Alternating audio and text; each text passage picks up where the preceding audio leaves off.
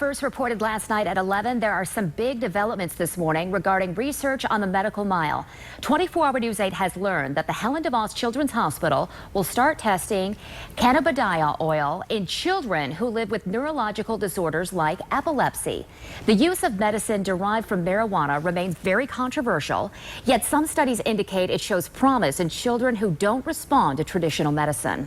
This would be among the first trial of its kind in Michigan, a medical test that advocates say is needed to help treat what can be a deadly disorder.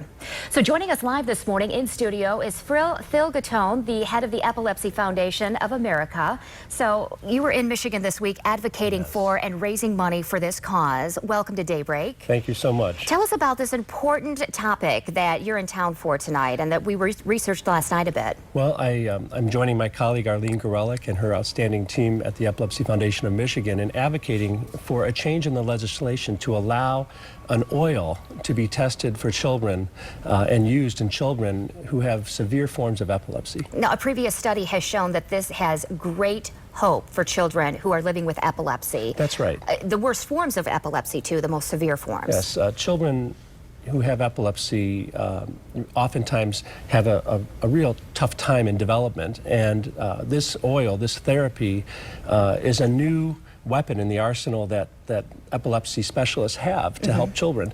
And you know, there are wonderful epilepsy specialists in Michigan right now, and our message for families is to get connected to those doctors.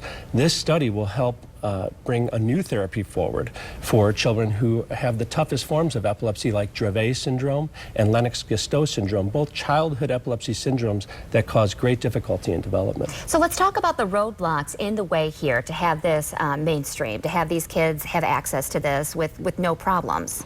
There are some legal issues here. There are legal issues. In Michigan, the legislation will allow for, what we're fighting for in the bill 4210 is to allow for the extraction of an oil from the plant. Right now, medical marijuana is legal in Michigan, but the idea that you can take a piece from the plant and use it to ingest is not legal right now. There's a gap, and so we're trying to say this oil has low THC, which is the psychoactive component of the plant, but high CBD, cannabidiol, which for some reason is stopping seizures. So we really want to advocate for this to happen in Michigan, but more broadly, the DEA considers medical marijuana and this oil a Schedule I drug, which puts it on the same plateau as heroin, which is so ridiculous because it's not a psychoactive, the psychoactive plant. It's exciting to think that this research and this could help so many people happening just down the road in Grand Rapids on the medical mile. So there are 100,000 people in the state. More than 20,000